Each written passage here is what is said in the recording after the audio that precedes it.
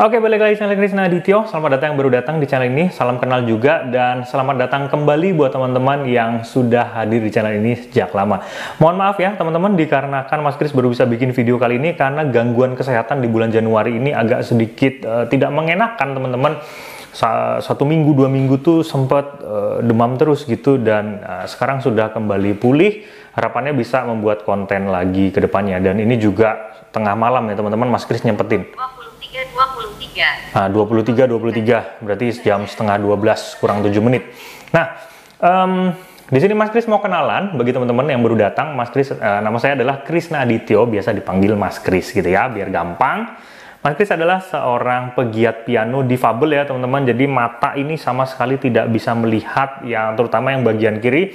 Yang kanan ini low vision ya teman-teman. Low vision artinya punya keterbatasan penglihatan, sehingga Mas Kris tidak bisa membaca partitur sambil bermain. Mas Kris tidak bisa melihat objek-objek yang kecil.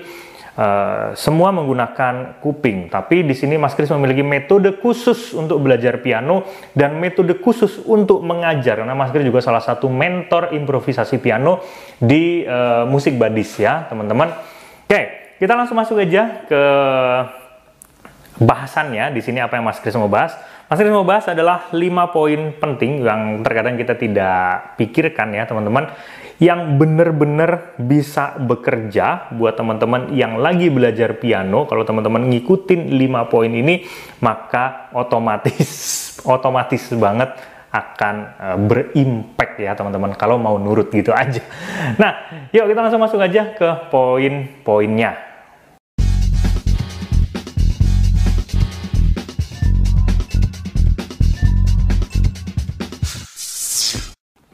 Oke, 5 poin ini terdiri dari P-I-A-N-O ya, piano ya. Kita mulai dari poin yang pertama yaitu P ya teman-teman.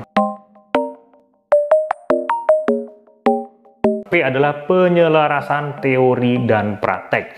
Terkadang kita itu gerasa-gerusu dalam belajar, pengennya praktek terus. Iya, itu oke, itu juga boleh, nggak apa-apa. Tapi kita tidak boleh melupakan teori. Teori ini adalah pondasi di mana mempermudah kita dalam praktek. Praktek lagu apa, praktek fingering seperti apa, bebas. Yang penting teman-teman mengikut. Kalau ada mentor ya, teman-teman biasanya mentor ini sudah otomatis tuh dia akan ngasih penyelarasan teori dan praktek ini, karena mentor pasti akan step by step gitu ya. Nah, penyelarasan teori ini dan praktek ini tidak berhubungan dengan yang namanya teman-teman belajar klasik atau teman-teman belajar jazz. Enggak. Teori ini ya teori. Klasik, pop, jazz ini adalah genre yang atau lagu yang teman-teman implementasikan, intinya kayak gitu. Tapi teori ini adalah baku gitu ya. Atau biasa dibilang seperti pendahuluan dulu lah. Ya, supaya teman-teman bisa ngerti logikanya, memiliki kesadaran tersendiri dalam menganalisa dan juga berpraktek gitu. Oh, ternyata kalau kita misalnya gini teman-teman, dari chord kita coba pakai istilah-istilah standar ya, kayak progresi dari minor kemudian ke arah mayor. Kita kasih 4 chord dalam satu progresi, minor, minor, mayor, minor. Bagaimana cara kita mengatur ini? Ibaratnya kita kasih D minor misalnya teman-teman. Kemudian kita kasih E minor. Kita kasih F mayor ya, minor, minor, mayor, minor. Kita kasih F minor. Oh, ternyata dari keempat chord ini kita sudah bisa menemukan yaitu D minor, E minor, F mayor, dan F minor untuk kita main di Do sama dengan C. Tapi bagaimana caranya kita merubah chord-chord ini jadi jauh lebih manis? Misalnya D minornya kita pakai D minor yang menggunakan balikan misalnya atau inversi. Ya, misalnya seperti itu. Kemudian E minornya juga sama. Nah, ini kan kalau kita tidak memiliki pemahaman dari teori, maka kita tidak bisa menganalisa hal yang seperti ini. Artinya teman-teman harus memiliki keselarasan antara teori dan praktek. Intinya begitu. Yuk, kita langsung masuk aja ke poin yang berikutnya. Poin berikutnya adalah I, tadi udah P, sekarang I adalah ikuti tanpa menghitung. Artinya apa? Mengikuti apa-apa yang diikuti adalah latihan teman-teman. Ikuti aja, let it flow aja ya teman-teman. Nggak usah dihitung, nggak usah ditarget.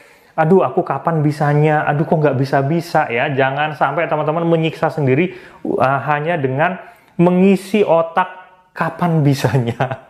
Kok nggak bisa-bisa? Nah, itu banyak faktor ya teman-teman. Nggak bisa-bisa, bisa aja karena gini. Kenapa kok nggak bisa-bisa? Bisa aja kayak gini ya teman-teman.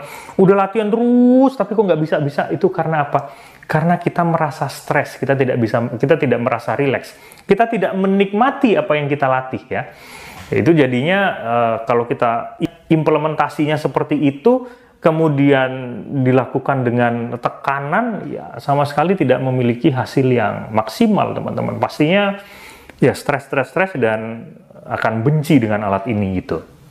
Padahal menurut Mas Kris, alat ini adalah organ tubuh tambahan yang addicted ya. Mas Kris ini udah sampai di titik addicted dengan piano ya teman-teman, sehingga kalau nggak main piano tuh bisa sakau kali ya, bisa dibilang aduh gelisah gitu. Karena ini adalah tempat untuk mencurahkan perasaan, mencurahkan karya, tempat menghibur ketika teman-teman badis yang Mas Kris ajarin tiba-tiba dia bisa nyeritain ke teman-temannya kalau aku bisa main piano. Nah, itu kan kesenangan tersendiri gitu ya. Nah, kemudian kita poin-poin yang Mas Kris jelasin ini 1, 2, 3, 4, 5 ini sangat berkait ya. Jadi dia membentuk sebuah rantai gitu. Dan kita langsung masuk aja ke poin yang ketiga. Artinya gini, menurut Mas Kris tidak ada satupun orang di dunia ini yang pinter main atau pinter belajar piano. Enggak. Semuanya terbiasa. Karena dia terbiasa, maka dia mainnya bagus. Karena dia terbiasa, maka dia mudah untuk memahami. Karena dia terbiasa melakukan hal yang mendukung dia belajar, maka dia lebih mudah untuk menangkap materi. Intinya kayak gitu ya teman-teman. Karena dia terbiasa melihat materi-materi, maka dia terbiasa dengan istilah-istilah. Intinya kayak gitu. Nah, memiliki mindset yang seperti ini penting, terutama untuk mendukung yang poin yang pertama, yaitu penyelarasan tadi ya, antara teori dan praktek. Lakukan repetisi terus. Ya, repetisi praktek. Oke, lakukan repetisi terus latihan. Teori, kalau nggak ngerti ya, kita coba teorinya seperti ini, prakteknya kayak gini, masih belum paham juga, lakukan terus sehingga terbiasa ya. Nanti bakal jadi kayak gini deh, pegawai pabrik misalnya gitu ya. Anggap aja orang staf produksi gitu. Nah, staf produksi ini udah kerja 3-5 tahun gitu ya, menangani mesin-mesin di situ sehingga dia hafal betul. Oh, mesinnya ini udah panas, oh mesinnya ini udah harus ganti. Nah, kayak gitu. Karena hal yang sudah terbiasa dan dilakukan berulang-ulang, maka dia akan menjadi master secara otomatis. Maka target tersebut ada, misalnya kita memiliki target, kita harus begini ya. Hanya dengan melakukan repetisi ini, ya, hanya dengan kita melakukan terus-menerus tanpa menghitung ya, di poin yang kedua tadi, tanpa menghitung, intinya kita merasa jauh lebih nyaman. Harapannya kan gitu ya, melakukan repetisi supaya jauh lebih nyaman, supaya jauh lebih lancar, tidak kepleset. Maka target-target yang dia akan otomatis tercapai. Targetnya, aku harus bisa gini. Akan otomatis tercapai hanya dengan melakukan repetisi ini. Gitu ya. Tapi repetisi yang benar ya, bukan repetisi yang salah. Kalau salah diulang salah, ya bakal mainnya salah terus. Intinya kayak gitu. Naikkan keterbiasaanmu, teman-teman. Keterbiasaannya seperti apa? Oke, keterbiasaannya misalnya gini. Nah, kita mulai terbiasa, kita latihan terus, repetisi. Kita naikkan target keterbiasaannya atau capaiannya. Nah, dengan cara mengolah indera. Misalnya gini. Oke, kita bisa latihan terus, latihan fingering terus. Kita naikin targetnya dikit. Coba yuk kita tutup matanya. Kemudian kita latihan fingering. Sehingga teman-teman bisa bermain itu jauh lebih deep gitu ya rasanya. Dan ini nanti berhubungan dengan poin yang kelima. Mas Kris kasih contoh misalnya kayak gini ya. Kita kasih pandangan ke atas sana, tapi kita coba main.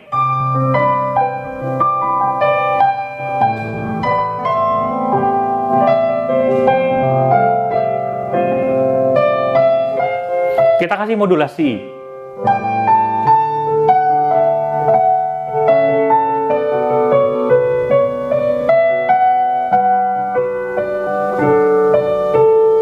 kita modulasi lagi. Misal kayak gitu ya teman-teman. Jadi kita bisa mengolah, kita bisa menghafal. Ingat tadi ini adalah piano adalah organ tambahan ya. Sehingga kita bisa mengolah tanpa perlu melihat, tanpa perlu begitu fokus. Makanya Mas Kris selalu ngasih target ke teman-teman badis di salah satu latihan fingering atau latihan-latihan lagu. Kalau sudah lancar, jangan cukup sampai di situ, tapi coba pikirannya kemana-mana, pandangannya kemana-mana sambil mainin lagu itu. Kalau belum lancar berarti belum goal, ya. Naikkan standar target keterbiasaanmu. Intinya seperti itu. Kemudian kita langsung masuk ke poin yang terakhir. Olah rasa ini adalah impact ketika teman-teman melakukan keempat poin tadi. Sehingga kita lebih bisa mengolah rasa. Nah, rasa ini bermacam-macam ya teman-teman. Kita bisa menaruh perasaan. Piano ini adalah sarana untuk berbicara. Sehingga kita sebagai seorang pembicara, kita lakukan hal yang seperti pada orang umumnya ngobrol gitu. Tapi tanpa berkata. Kita memberikan arahan atau kita memberikan satu komunikasi dengan lantunan melodi yang berjalan. Oh, ternyata kita lagi sedih, orang yang di sana nangkap bisa satu frekuensi gitu teman-teman dengan kita. Oh, ini kok lagunya kelihatan sedih ya gitu ya. Jadi kayak penjiwaan lah, intinya seperti itu. Seperti orang bermain teater. Kalimatnya ketika kita tidak menggunakan intonasi maka terdengar biasa saja. Tapi kalau kita menggunakan intonasi dan kita kasih nyawa di situ, kita kasih rasa di situ, maka kalimat itu bisa memunculkan emosi dari sebuah adegan, dari sebuah scene, misal kayak gitu ya. Nah, sama seperti piano ini juga seperti itu. Jadi, ketika kita sudah melakukan 4 hal yang poin yang pertama sampai yang keempat tadi, coba lakukan olah rasa. Olah rasa artinya apa? Coba jiwai dari ilmu-ilmu yang teman-teman pelajari dari mentornya masing-masing. Yuk, seperti apa mengolah lagu ini? Yuk kita coba mainkan jadi jauh lebih sedih, jauh lebih deep, jauh lebih lebih rame misalnya kayak gitu ya lagunya.